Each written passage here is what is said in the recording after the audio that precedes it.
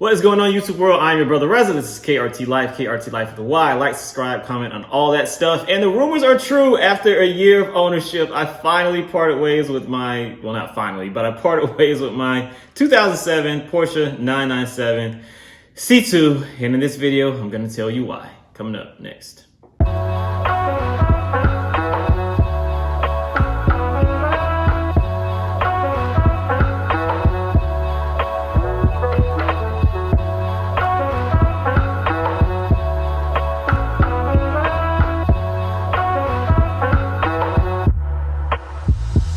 So my Porsche 997 is sold, and I've had so many mixed feelings about this because this was a very unique vehicle in my history of vehicle ownership. I've never simultaneously loved and hated one single car so much.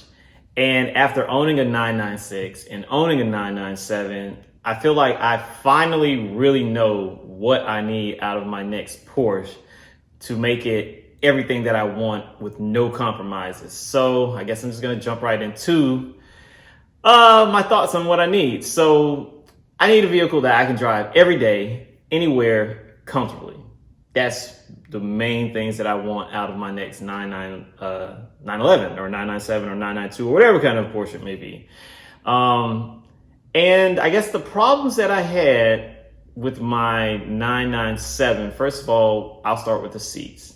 The seats, I tried so many times every single day, like over the course of the time that I owned that vehicle, to try to improve the comfort of the seats. And I know for some people that those seats are comfortable, some people found them comfortable, but I also found a lot of people on the forums that did not find the 997 seats very comfortable.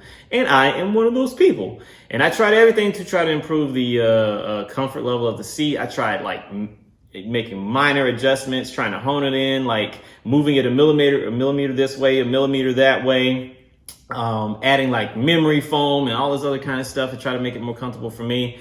And I just never really quite got it there. And I know a lot of people are going to say like, oh, well, I find these seats very, very comfortable. But I mean, some of those people are the same people that, you know, they only drive the car for on the weekend for 30 minutes. Whereas I was taking mine on super long road trips, sometimes 3, 4, 5, 6 hour trips. So comfort was definitely not where I needed to be. I would get out of that car after driving it 4 hours and my back would be hurting. So the seats are number one reason why I just couldn't get those seats right. And then moving on from the seats, the other thing was the suspension. Now, I live in a city that is full of potholes everywhere you go, really bad potholes, and the roads are just horrible just in general, pretty much everywhere you go in this city. And I mean, the suspension, I understand that it's a sports car and it had the sports suspension and all these other things. Like, you don't have to tell me all this stuff, I know. But at the same time, the suspension was just too firm for what I needed in a daily driver.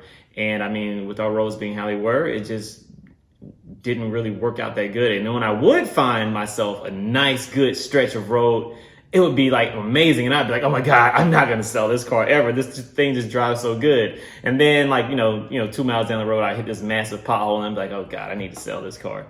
So the suspension was another thing. And I was always trying to figure out ways that I could improve the ride quality of that car, which is why I went from the 19s down to the 18s and put thicker sidewall tires and all that kind of stuff on it. And it never really quite got there. And then I started thinking to myself, well, if I'm going to take this car to do ski trips, which was my plan, I'm going to need to get some snow tires or some type of all-terrain tires, right? So I found myself looking for all-terrain tires and thicker tires. And then I was thinking about going down to 17s and seeing what I could get within the 17-inch range. And I could not find a single set of all-terrain tires or winter tires in my region for sale that would fit my 997. And I pretty much hit a wall when I realized that, you know, this is not going to be an easy thing to make this car what I want it to be. And in case, you know, you're probably wondering where I was going totally going towards safari build. I was thinking in my head, if I can make a safari build, that would make this car the ultimate car for me. And then I started doing my research on that. I started looking at, how much the tires would cost, what kind of wheels I would need, the suspension components that I would need to do a lift to my car and all that kind of stuff. And I started thinking about estimates in my head of where I would need to be to do that. And then I was thinking it would probably cost anywhere from $10,000 to $20,000, depending on how I did it and if I wanted to do it right or really right. And I just, with COVID and everything, I just was not ready to invest that type of money into that car at this time with everything going on in the world.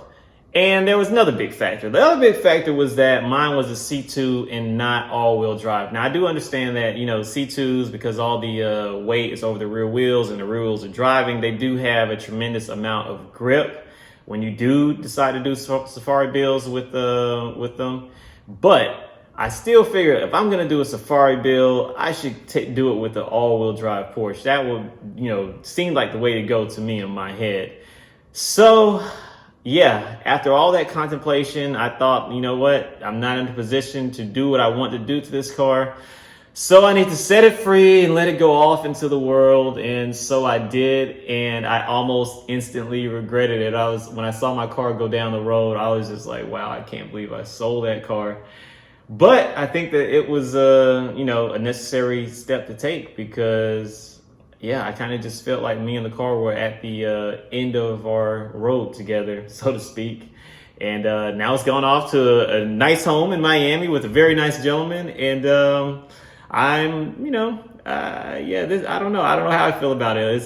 This is a very hard video for me to make because, yeah, I love that car so much, but man, I also hated it a lot. So yeah, so my next 911 is probably going to be a safari build. This is KRT LYFE, KRT LYFE the Y. Like, subscribe, comment, all that stuff. I tried to record this video like 2 or 3 times and it it just didn't come out right. So I hope you enjoy this video and see you in the next video.